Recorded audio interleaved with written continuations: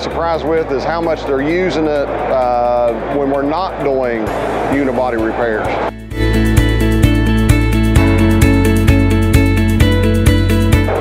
It's easy to put a car on it. It doesn't require you going up a set of ramps because our old machine, they'd always kick a ramp out when you're trying to get a car on. So the new machine is almost flush with the floor. It's easy to get onto, and then immediately you can raise it up in the air probably 4 or 5 feet up off the ground. So it makes it very easy to use.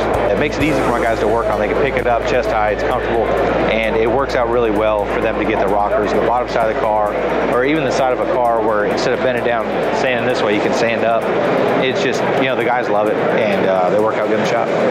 No need to move from one bench to the other.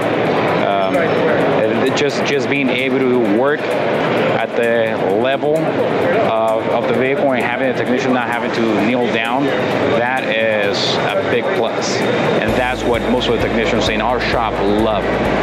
For light tear down or for pre-repair inspection, we're also using it for post-repair inspections and using our touch system to measure out the cars and before and after we do the repairs to it. So it's easy to use, and you can have a car on and off of it in a matter of minutes instead of 30 or 40 minutes with the old machine.